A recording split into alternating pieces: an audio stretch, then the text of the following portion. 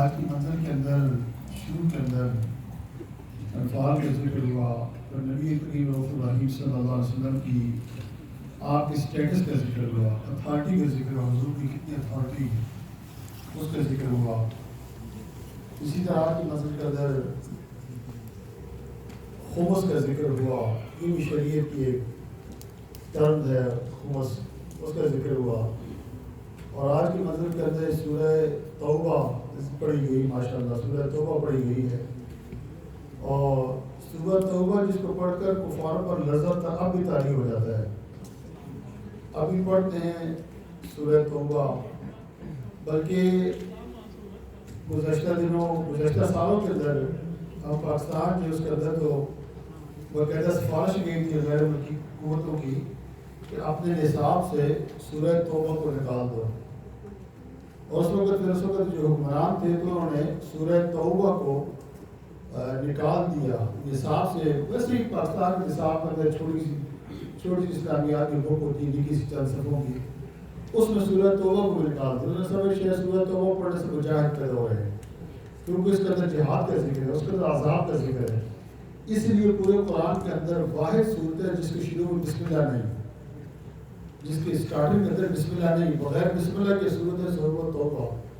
اس کی وجہ یہ ہے کہ اس کے اندر اللہ کے غضب کا، اللہ کے عذاب کا، اللہ کی سختیوں کا ذکر ہے، اور ان کافروں پر سختی کا ذکر ہے، اور جہاد کا حکم دیا گیا ہے۔ اس لیے اس کی شروع کے اندر بسم اللہ کا ذکر نہیں کیا گیا۔ اسی طرح آج کی منزل کے اندر جو جہاد ہے اس کے بارے میں بہت الفاظ کے اندر، اور جو مسلمان جہاد نہیں کرتے ان کو سخت طبی وارننگ دی گئی ہے۔ اور آج کے دور کے اندر بھی مسلمان جو اسلام سے دور ہو گئے، جگہ جگہ ذلیل و خوار ہو رہے ہیں، وہ جہاد نہ کرنے کی وجہ سے کر کے ہو رہے ہیں۔ حالانکہ جہاد کے آج کی کامیابی مشکل ہے، صرف جہاد کی کیٹیگری تبدیل ہوتی جا رہی ہے۔ ہر زمانے کے اندر، ہر دور کے اندر جس طرح کا جہاد چاہا، جس طرح کے جہاد کی ضرورت تھی مسلمانوں نے وہ کیا ہے۔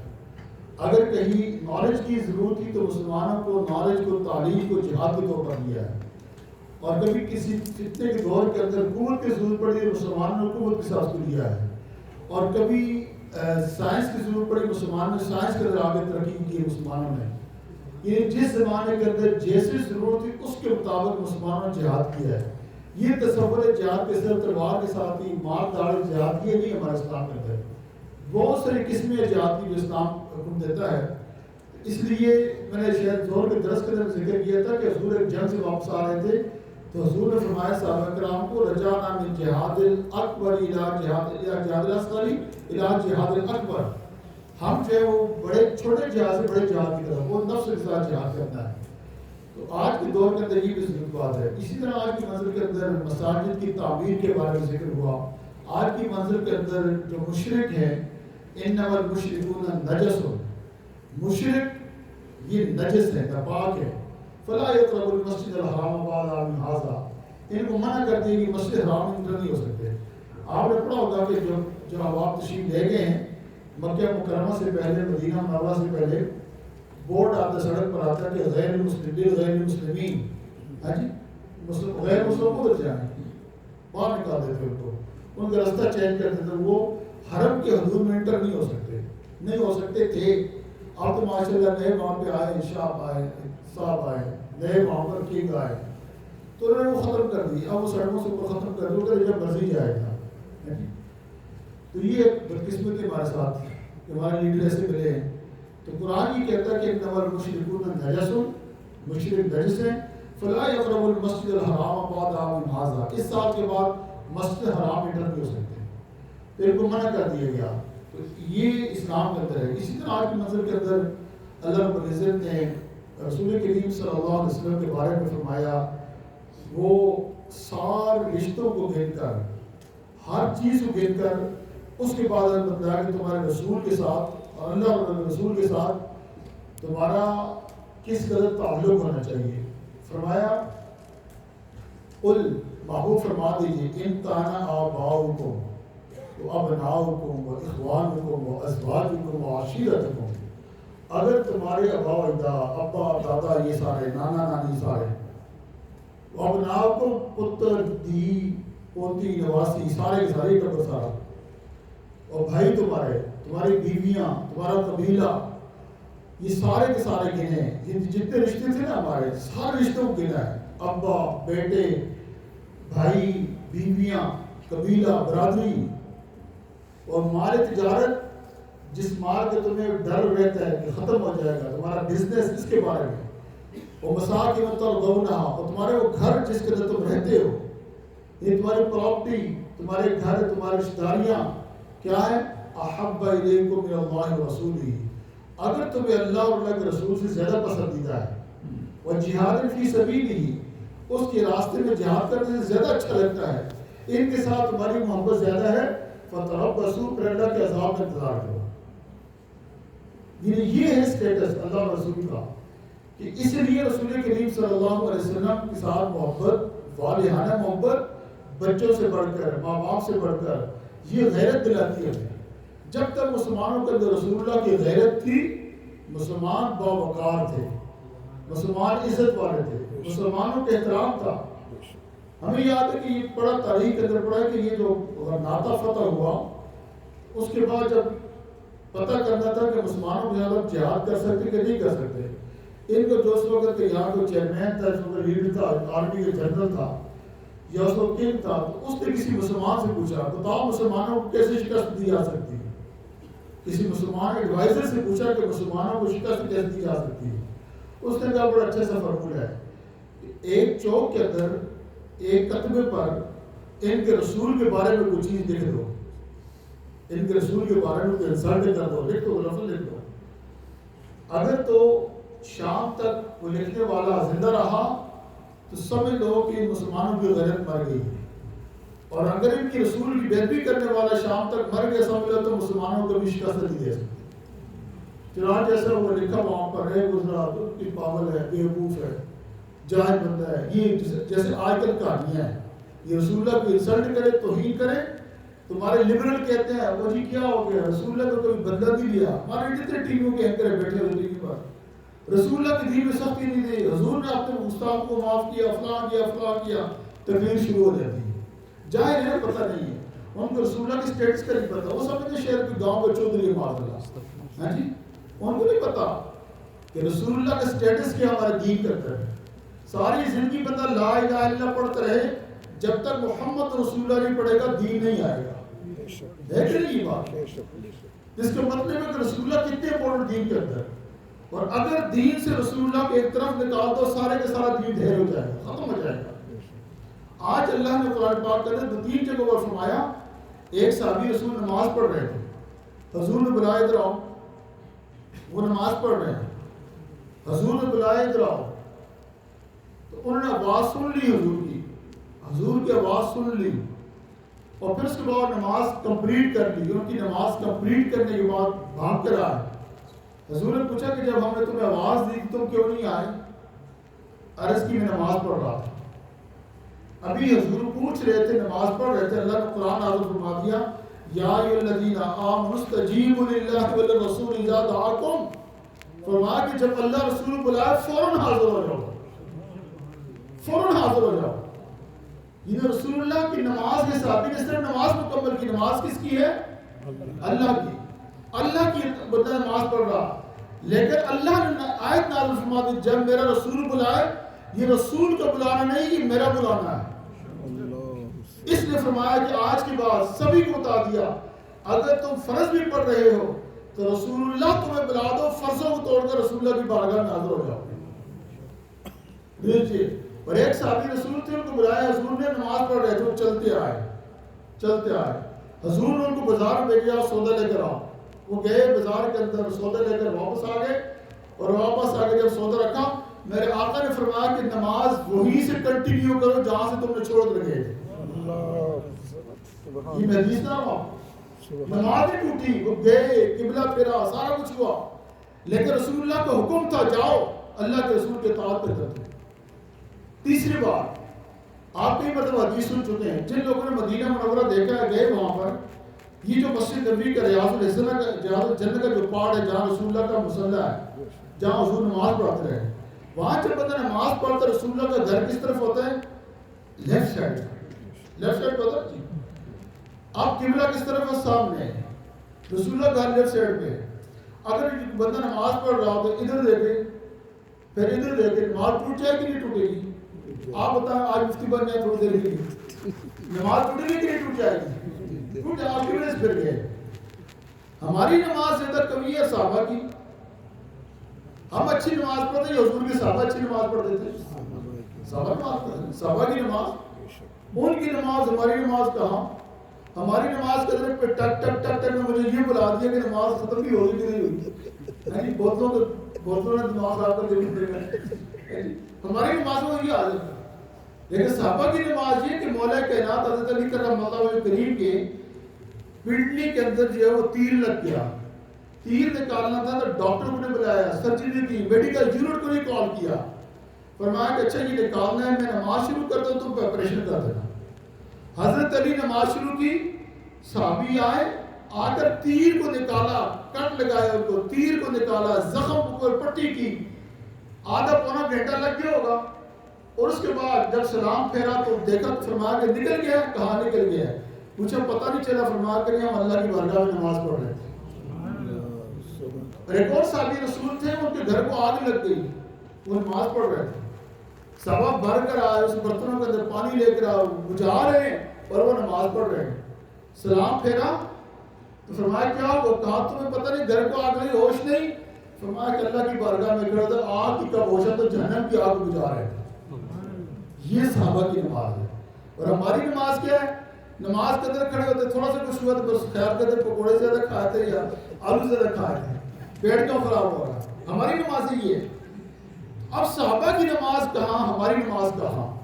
رسول اللہ صحابہ کرام نماز پڑھ رہے ہیں.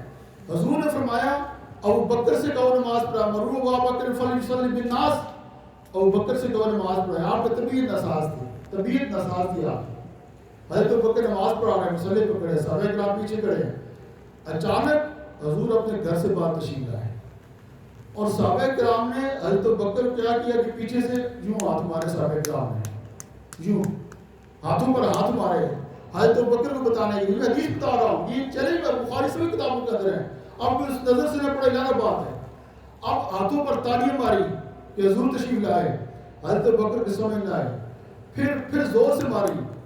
پھر اس کے بعد جب حضور آ گئے، صحابہ کرام راستہ چھوڑ دیا. حضور آ رہے تھے، دیکھا حضور آ رہے ہیں، راستہ چھوڑ دیا.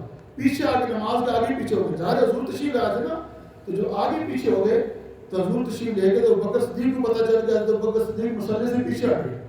حضور نے فرمایا ابو بکر کنٹینیو کر نماز پڑھاؤ آگے. لیکن ابو بکر صدیق پیچھے آ گئے، پیچھے آ گئے نماز سے. حضور مصلی پر تشریف لے گئے. حضور نماز پڑھائی اور نماز پڑھانے کے بعد حضور نے فرمایا کہ ابو بکر جب ہم نے تمہیں کہا تھا نماز پڑھاؤ کنٹینیو کرو، تم پیچھے کیوں آ گئے؟ تو حضرت ابو بکر نے پتہ کیا کہا؟ فرمایا کہ ابو قحافہ کے، اپنے باپ کا نام لیا، ابو قحافہ کے بیٹے کی یہ مجال کہاں کہ رسول اللہ پیچھے کھڑے ہوئے آگے کھڑا ہو جاؤ. یہ صحابہ کرام کا یہ ایمان تھا کہ قبلے سے پھرے، حضور کو دیکھتے رہے.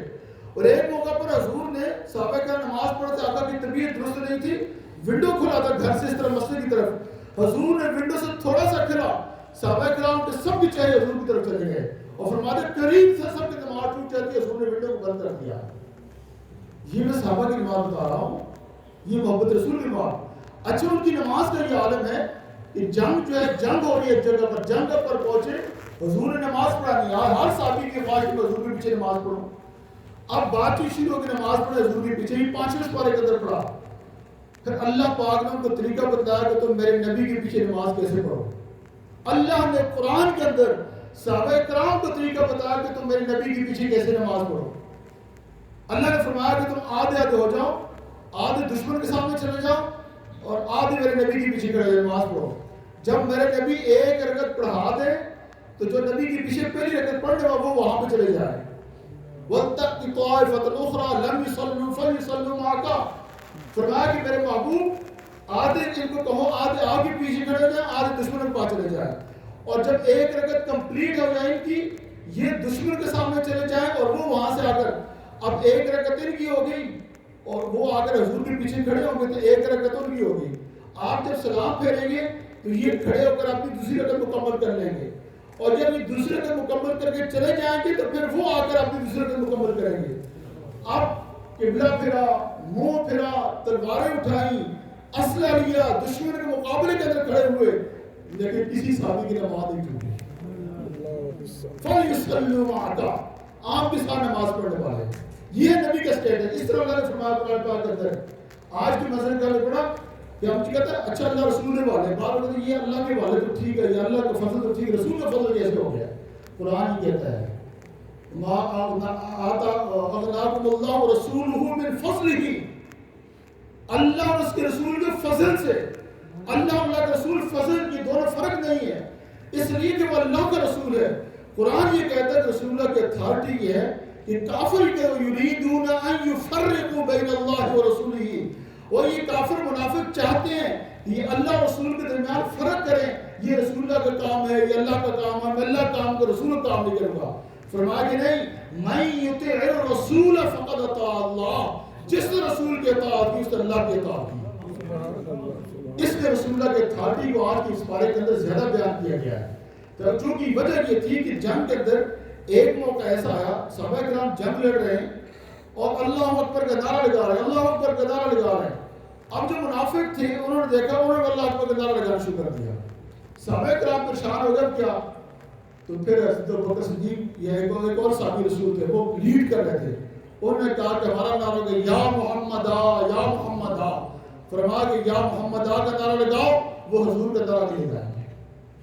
تو مسلمانوں کے اپنے نبی کے ساتھ جب تک وہ بستگی رہی، جب تک مسلمان اپنی نبی کے راستے پر چلتے رہے، اپنی نبی کی محبت کرتے رہے، نبی کے لیے جانیں دیتے رہے، سارا کچھ کرتے رہے نبی کے لیے، مسلمان باوقار رہے، باعزت رہے۔ اور جب سے مسلمان اللہ رسول کے راستے کو چھوڑا، نبی کے راستے کو چھوڑا، ادھر ادھر بھٹک گئے، مولوی آ گئے، کتابیں نکال لی، اب جب کیڑے مکوڑوں کی طرح نکل آتے ہیں، کوئی رسول اللہ کے بارے میں کیا بکواس کر رہا ہے، کوئی کیا بکواس کر رہا ہے رسول اللہ کے بارے میں، یہ ان کی شرم بھی نہیں آتی کہ ہماری حیثیت کیا ہے۔ آج کے دور کا بڑے سے بڑا مولوی ہو، بھلے وہ رسول اللہ کے بارے میں کیا بات کر سکتا ہے، رسول اللہ کو کچھ شان سمجھ سکتا ہے۔ حضور نے فرمایا، صحابہ کرام کو فرمایا، کوئی یہ مت سمجھے کہ میری حقیقت کو جان گیا، فرمایا کہ میرے رب کے بغیر میری حقیقت کو کوئی نہیں جانتا۔ میری حقیقت میں کیا ہوں میرا رب جانتا ہے، میرے رب کے بغیر کوئی نہیں جانتا۔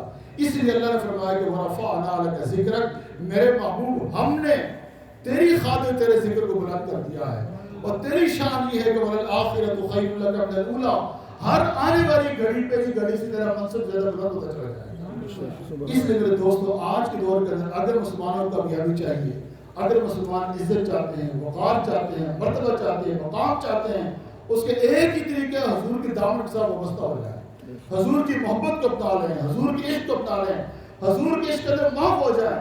اور مزے کی بات یہ کہ صحابہ کرام تو ہر وقت ایک جوان صحابی تھے، جوان صحابی، بالکل ینگ صحابی، مدینہ منورہ کے اندر بالکل ینگ صحابی تھے، سونے صحابی، خوبصورت صحابی، مدینہ کے ہر گھر سے رشتہ کو آتا، اور وہ کیا کرتے، صبح اٹھتے اپنے گھر سے ناشتہ کرتے حضور کی بارگاہ، سارا دن بیٹھ کر حضور کو دیکھتے رہتے، حضور کو دیکھتے رہتے۔ ان کی امی کہتی بیٹا بیاہ کر لو، شادی کر لو، جس طرح ہم کے کچھ دوست ہمارے امن کو کہتے شادی کر لو، وہ نہیں کرتے، ہاں جی۔ تو رسول اللہ صلی اللہ علیہ وسلم کی فرمان والدہ کہنے لگی بیٹا شادی کر لو، شادی کر لو، وہ کہتے اماں اس سے بڑھ کر بھی شادی ہے تو حضور کی بارگاہ میں حاضری دے دی۔ ماں نے فرمایا بیٹے اسی نبی کی سنت ہے شادی کرنا، حضور کو پتہ چلا، حضور نے فرمایا شادی کر لو، اب اس شادی کی شادی ہوتی ہے، یہ میں حدیث بتا رہا ہوں، آپ کو کہانی نہیں سنا رہا، شادی ہوتی ہے، اور وہ خوبصورت ترین صحابی تھے، خوبصورت ترین صحابی، ان کا رشتہ ہوا، شادی ہوئی، اور پہلی رات جب اپنی بیوی کے پاس گئے تو اس وقت اچانک آواز آئی کہ جہاد کی تیاری ہو گئی، یکدم جہاد کا اعلان ہو گیا، بیوی کو چھوڑا جانے لگے۔ بیوی نے کہا اچھا مجھے بتا کر جا کہاں جا رہے ہو آپ اس گھر کی؟ فرمایا کہ بیوی نے کہا پہلی رات ہے، میں تیری دلہن بن کر آئی ہوں، تیرے گھر کے اندر آئی ہوں، کہا میرا ہر رشتہ حضور کے ساتھ، تو میری بیوی ضرور ہے لیکن رسول اللہ کا بلاوا آگے میں جا رہا ہوں۔ اس بیوی نے کہا اچھا مجھے یہ بتا کر جا، مجھے بھی ساتھ لے کے جا، حضور کی کنیزوں میں شامل ہو جاؤں گی، فرمایا تو گھر پہ رہ۔ اور جب وہ بیوی چھوڑ کر چلے گئے، پہلی رات کو چلے گئے، جہاد پہ گئے اور چل کر وہ شہید ہو گئے، وہ چل کر وہ شہید ہو گئے۔ اب جب مسلمانوں کے زخمیوں کو اکٹھا کیا گیا، مسلمانوں کے جو شہیدوں کو اکٹھا کیا گیا، تو دیکھا وہ صحابی نہیں، ان کا نام تھا حضرت حنظلہ کیا تو حضرت حنظلہ، ان کا لقب ہے وصیل ملائکہ، وصیل ملائکہ۔ اب جب سب کو اکٹھا کیا گیا زخمیوں کو، وہ زخمی میں نہیں، وہ شہیدوں میں نہیں، زندوں میں نہیں، عرض کے حضور حنظلہ نہیں ملے، پھر آپ نے فرمایا انتظار کرو۔ تھوڑی دیر کے بعد ان کی باڈی یوں سامنے نظر آ رہی تھی، باڈی آ رہی تھی، باڈی کو لانے والا کوئی نہیں تھا، ان کی باڈی سے پانی نیچے رہا تھا، پانی نکل رہا تھا، ان کی زلفوں سے پانی ان کی باڈی سے نکل رہا تھا، اور یوں لگ جسد نہلا کر لایا گیا ہے۔ حضور نے فرمایا کہ یہ حنظلہ، ان کے آنے سے پہلے ان کا غسل واجب ہو چکا تھا، اتنا وقت بھی نہیں ملا کہ غسل کر لیتے، نہانے کا ٹائم نہیں ملا تو فرشتے ان کو اٹھا کر جنت میں لے گئے، حوض کوثر سے غسل دلا کر واپس آ رہے ہیں۔ حضرت حنظلہ ان کے کہا جاتا وصیل ملائکہ، جن کو فرشتوں نے غسل دیا۔ صحابہ کے یہ حال تھا حضور کے ساتھ، اس طرح کے وابستگی تھے، اور اپنے مال جان سب کچھ حضور کا قربان۔ اسی لیے صحابہ کرام جب کبھی ضرور بلاتے، نام لیتے ہو، پتہ کیا کہتے؟ فدا کا ابی و امی یا رسول اللہ، یا رسول اللہ میرے ماں باپ آپ پر قربان ہو جائے۔ جب بھی حضور کسی کا نام لیتے وہ نہیں کہتے یا رسول اللہ، ایسے نہیں کہتے، آگے جواب ہے فدا کا ابی و امی یا رسول اللہ، میرے آقا میرے ماں باپ آپ پر قربان ہو جائے۔ یہ صحابہ کا اسٹیٹس تھا، ایمان تھا، محبت تھی۔ تو آج کی منظر کے اندر بتایا گیا کہ حضور کی محبت، اللہ کی محبت، یہ ہمیں سب سے بڑا کرنا چاہیے، رشتوں سے بڑا کرنا چاہیے۔ اگر ہم اللہ رسول کی محبت اپنے دل کے اندر رکھیں گے، زندگی بھی آسان رہے گی، زندگی گزارنے کا طریقہ بھی اچھا رہے گا۔ بچے بھی اس نے فرمایا علموا اولادکم حب نبیکم، اپنی اولاد کو اپنے نبی کی محبت سکھاؤ، اپنے نبی کی محبت سکھاؤ۔ اللہ کے لیے مجھے اور آپ سب کو حضور کی محبت عطا فرمائے، حضور کی محبت میں زندگی عطا فرمائے، حضور کا سیرت اپنانے کی توفیق عطا فرمائے، حضور کا نقش قدم عطا فرمائے۔ اللہم صلی علی سیدنا محمد و علی سیدنا محمد۔ فرما میرے پیارے اللہ، ہمارے والدین، امیر، بچے، بہن، سب کے صغیر کبیر گناہوں کو معاف فرما، ہماری ظاہری، باطنی، روحانی، جسمانی سب بیماری دور فرما، جتنے مسلمان بیمار ہیں سب کو شفا عطا فرما، ہماری خوشیاں دور فرما، قرض میں شکر عطا فرما، تمام زمین آسمان بریات و آفات سے محفوظ فرما، مال کی، جان کی، عزت آبرو کی، صحت کی خیر فرما، ہم سب کو رحمتیں، برکتیں، سعادتیں، عنایت عطا فرما، صحابہ کرام جیسے ایمان عطا فرما، صحابہ کرام جیسے عشق رسول عطا فرما، محبت رسول عطا فرما، سرورت و جہاں صلی اللہ علیہ وسلم کا محبت گہری وابستگی نصیب فرما، حضور کی محبت میں زندگی عطا فرما، حضور کی محبت میں موت دے، قیامت کے دن حضور کا ساتھ عطا فرما۔ صلی اللہ علیہ وسلم۔